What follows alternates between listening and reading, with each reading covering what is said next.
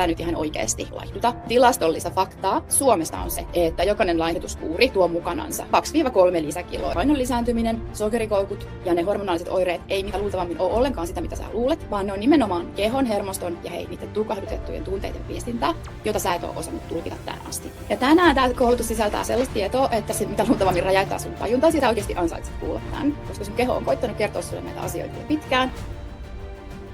Ihana, kun ootte täällä, ja jos katsot tallenteelta myöhemmin, niin ihan yhtä lailla tervetuloa. Mä oon aika innoissani. Oikeastaan se paras lähtökohta tähän reissuun onkin se, että tyhjennät sun mielen kaikesta siitä, mitä sä oot oppinut tuolta dieettikulttuurista.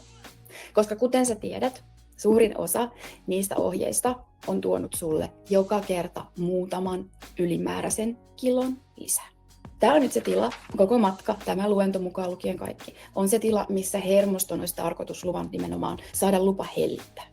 Eli jos sä oot se kiireinen, se nainen, jonka keho on aina väsynyt, mutta mieli käy ylikierroksilla, eli sä oot ylivirittynyt. Tai sitten jos sä koet olevasi lukossa tai jumissa tai ikään kuin viivyttelemässä omassa elämässäsi ja omissa projekteissasi ja siinä, että sä et pysty panostamaan itseäsi, niin sä oot ihan kuule oikeassa paikassa.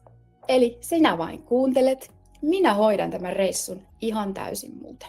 Ja sitten jos tämänkin luennon aikana sulle voi tulla hetkiä, varsinkin tuolla lopussa, kun me mennään siihen metakommunikaatioon ja siihen, miten se muutos tehdään ja mikä se seuraavan viikon ohjelma ylipäätään on, niin mieli voi vähän vastustella tai se voi arvioida tai se voi olla sitä mieltä, että ei näin. Ja se on myös ihan ok. Mutta mä lupaan siihen sulle, että jos sä vaan luotat muuhun ja luotat tähän prosessiin, sä tulet saamaan sellaisia lopputuloksia, mitä et ole koskaan aikaisemmin kokenut. Koska meille on tällä hetkellä jopa biologisesti niin sanotusti mahdotonta tehdä sitä muutosta.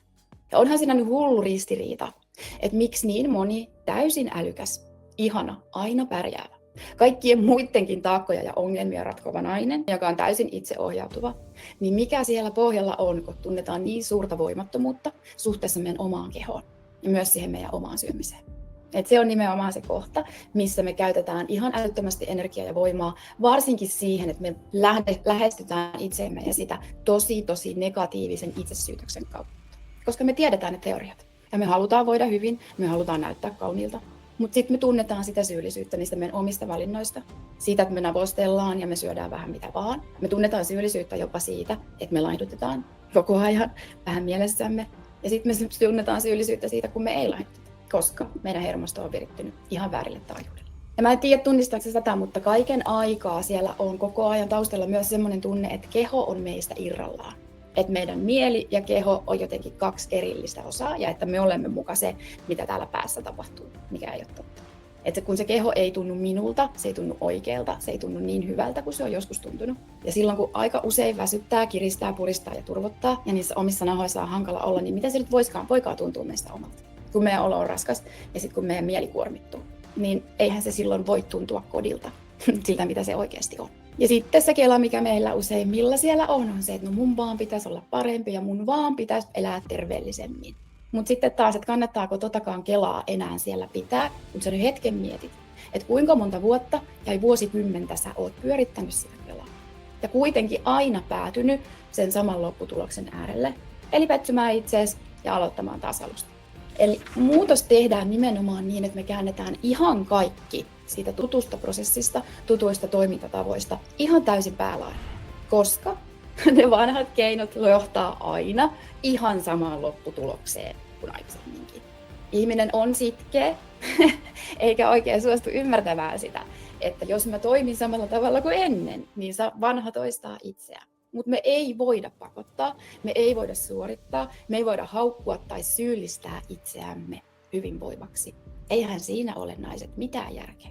Jos me yritetään pakottaa keho, joka jo lähtökohtaisesti kokee olevansa turvaton ja vaarassa, että se on epätoivottu, että se on vääränlainen, niin me aiheutetaan meidän keholle lisää pahaa, lisää stressiä ja me tehdään sille itsellemme pahaa sillä samalla jutulla. Me satutetaan itse. Eli me lisätään hätää, me lisätään stressiä ja me lisätään ihan pahaa mieltä. Me loukataan omia tunteitamme ja omaa itseämme. Siinä ei ole mitään järkeä. Koska, kuuntelehan nyt, se krooninen stressi ja lapsuuden emotionaalinen tyhjyys ja sitten vielä aihe, jonka pariin palaa moneen kertaan tällä reissulla. Eli kulttuuri, joka on tehnyt naisen kehosta ja painosta arvostelun kohteen ja myöskin arvonmittari. Niin nämä on ne tekijät, tämä kulttuuri on tehnyt meidän omasta kehosta myös meille arvostelun kohteen ja arvonmittarin, mikä on ihan viduillaan koko systeemi. Mutta joka tapauksessa tämä kokonaisuus on virittänyt hermoston tilaan, jossa nimenomaan se rasvanpoltto on biologisesti mahdotonta.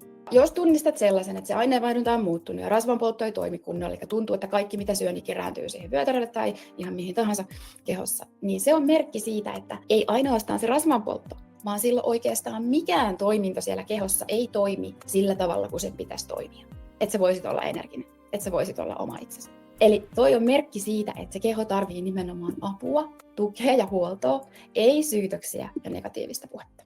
Mä rakastan minun puuesimerkkiäni, eli mä alan nyt puhumaan sulle hetkeksi puista, koska valitettavasti useimmat meistä tuntee jopa niitä puita kohtaan enemmän sitä myötätuntoa ja positiivisia tunteita kuin itseämme kohtaan ja omaa kehoa kohtaan. Me halutaan halata niitä puita, se on meistä hienoa. Me pidetään, että ne on ihania ja tärkeitä, niin kuin ne tietenkin onkin. Mutta kyllä se sun keho on muuten tärkeämpi vielä. Mutta otappa siellä nyt pieni hetki ja ajattele jotain kaunista puuta, joka voikin huonosti. Ja se alkaa näyttääkin vähän siltä, että kaikki ei ole ihan hyvin. Ja sitä puusta tuntuu pahalta. No tämä kyseinen puu, niin se joutuu kasvamaan semmoisessa maaperässä, joka on täynnä myrkkyjä. Ja se maaperä ei sisällä lainkaan niitä ravinteita, joita se puu tarvitsisi, että se voisi kukoistaa. Niin kuka meistä menisi ajattelemaan siitä puusta, joka siellä maaperässä kasvaa, jonka juuret on siellä maaperässä, että on siinäkin yksi epäonnistunut luuseripuu. Tai sanoisitko sille puulle, kukaan meistä ei sanoisi sille, että olet kyllä ihan paskapuu. Että nyt otat huomenna itseesi niskasta kiinni ja alat kukoistaan huomenna tai sitten viimeistään silloin ensi viikon maanantaina, kun viikonloppu on ohi. Eihän meistä kukaan sitä tee. Mutta tämä esimerkki on mun suosikki. No mitä se puu tekisi, jos sä menisit sille sillain sanomaan? No se puuhan hätäytyisi ihan saman tien. Ja sitten se puu koittaisi ihan tosi parhaansa mukaan ajatuksen voimalla. Se miettisi, että nyt tulee maanantai ja nyt mä muutun paremmaksi puuksi. Mutta niin, sanoisikohan se puu nyt kuitenkaan itselleensä sillain, että oot kyllä paskapuu, on kyllä niin paskapuu, että katon nyt ittees, että musta on kyllä kaikki puu pielessä, että hyisentää, että missä se mun tahdonvoima on ja aina mä oon tämmöinen hemmetin epäonnistuja puu, ihan paskapuu. Eli kaikki me tiedetään, ettei puu, ettei kasvi, ettei yhtään mikään muu. Ja olette varmaan kuullut myös niistä kokeista ja tutkimuksista, missä kasveille on puhuttu negatiivisesti ja puhuttu rakkaudella, että mikä se vaikutus on ollut. Se kasvihan on suoraan siihen nuupahtanut. Ja se kaikki koskee ihan samaa, ihan täysin sun elämää ja sun kehoa. Koska sun keho kantaa sun elämää, sun keho kantaa sua, sun keho toimii, se on sun elämä. Ihan samat vaikutukset sillä on. Ja vielä pahemmat vaikutukset sillä on sun kehoon kuin ihan kaikkeen muuhunkin elämään. Ei mikään voi muuttua noin. Eli se puu tarvitsisi vettä ja ravinteita. Se tarvitsisi valoa ja se tarvitsisi aikaa muutokseen. Mutta se iso juttu myös, tai toinen puoli siinä on se, että sen pitäisi myös pystyä irrottamaan ne juuret pois sieltä myrkyllisestä maaperästä. Muutos ei voi tapahtua pakottamalla, painostamalla tai kiusaamalla. Se ihan oikea muutos tapahtuu kerroksittain. Se tapahtuu turvan tilassa ja kannattelussa ja nimenomaan se sisäinen hätätila sammuttamalla. Eli muutos tehdään sisältä ja se tehdään nimenomaan sieltä juurista. Ja ne juuret, joista mä puhun, ja ne juuret, se sun sisäinen juuristo on nimenomaan se sun hermosto, koska se kantaa kaiken sen, mitä sä oot tämän elämän aikana kokenut. Ja se kantaa myöskin sitä ylisukupolvista perimää. Se kopioit sinne kaiken. Eli minne asti sen biologisen mahdottomuuden ja sitten ne hermoston hätätilan juuret ulottuu. Mä oon pitänyt tästä nyt useita ilmaisiakin koulutuksia, joten mä en mene nyt tiipisti sinne fysiologiaan. Mutta tietenkin ne juuret on siellä lapsuudessa ja siellä hermosto on virittyneessä hätätilassa. Eli kroonistuneessa, toksisessa stressitilassa. Ihan tämmöinen pieni kertaus tästä aiheesta, koska mä menen ihan just myöskin siihen tunnesyömisen puoleen. Ja tämä on kaikki yhteydessä siihen. Eli ne juuret. Koska silloin kun me synnytään, meidän hermosto on ihan tyhjä kangas. Ja silloin kun me synnytään tänne, niin mehän ollaan täysin riippuvaisia. Ja pieni lapsi, isompi lapsi, no itse asiassa aikuinenkaan, ei pysty rauhoittamaan itse itseään. Mutta varsinkin siellä lapsuudessa se meidän hermosto ei osaa säädellä tai rauhoittaa itse itseään, vaan se tarvitsee sitä yhteissäätelyä. Aikuisen, joka ottaa syliin, joka kerta, tapahtuu mitä tahansa, katsoo silmiin ja sanoo, että sä oot turvassa. Kaikki on hyvin, tunsit mitä tahansa, käyttäydyt miten tahansa, niin minä olen tässä. Tämä ei ole vaan mitään mielentason juttua, vaan tämä on ihan oikeasti fysiologinen välttämättömyys siihen, että meihin pystyisi virittymään, rakentumaan se sisäinen itsemyötätunnon kokemus. eli itsensä hyväksyminen ja sisäisen turvan tunne, ne ei pysty rakentumaan ilman tätä pysyväksi tilaksi. Ja tämä on nimenomaan fysiologinen tarve ja se, mitä hermosto tarvii, jotta se pystyy kehittymään siihen tilaan. Mutta jos siellä lapsuudessa on ollut sitä emotionaalista etäisyyttä, eli vanhemmat on ollut fyysisesti läsnä, mutta nimenomaan henkisesti emotionaalisesti sulkeutuneita, osaamattomia tai poissa. Jos on käytetty tätä, mitä ne edelliset sukupolvet on kaikki käyttäneet ja mitä mekin tietenkin ollaan käytetty. Eli älä itke, tunteita ohitetaan, eli reippaat tytöt ei kiukuttele ja älä nyt itke. Ja tämä on sitten nimenomaan sitä emotionaalista laiminlyöntiä. Se on tahotonta, koska niitä emotionaalisia taitoja ei ole. Mutta sitten suomalaiseen kasvatukseen tai itse asiassa ihan globaaliin kasvatukseen kuuluu myös sen laiminlyönnin lisäksi jopa sitä emotionaalista väkivaltaa, mitä me ei edes osata tunnistaa. Eli haukkumista, huutamista, arvaamatonta käytöstä. Tämä kaikki, niin se johtaa siihen, että se hermosto virittyy sen turvan ja itsensä rakastamisen kyvyn sijaan johonkin ihan muuhun. Ja aika traagiseen lopputulokseen näin meidän loppuelämän kannalta. Eli silloin me opitaan, me sisäistetään se viesti, että minussa ja minun tunteissani on jotain vikaa. Ja me opitaan se, että me ollaan yksin meidän omien tunteiden ja se tunnetaakan kanssa. Ja tämä on puhtaasti ihan tutkitun tiedon mukaan juuri se, mikä virittää hermoston krooniseen hätätilaan ja toksiseen stressiin. Eli siellä juoksee koko ajan miellytä, taistele tai pakene tai se lamaannustila. Eli sympaattisen tai parasympaattisen hermoston ylivirittynyt hätätila. Ja se tila on valitettavasti nykynaiselle ihan se normaali olotila, jota me ei osata kyseenalaistaa. Mutta kuulkaas nyt, silloin kun se tila on siellä meidän kehossa, se hätätila ja se on ollut siellä pitkään, niin meidän keho etsii ihan koko ajan jotain, millä se saisi helpotusta, millä se saisi laskea niitä kierroksia. Ja tässä kohtaa se ruoka astuu kuvaan. Se on astunut siihen, vaikka me ei olla sitä tiedostettu ehkä itse aikaisemmin.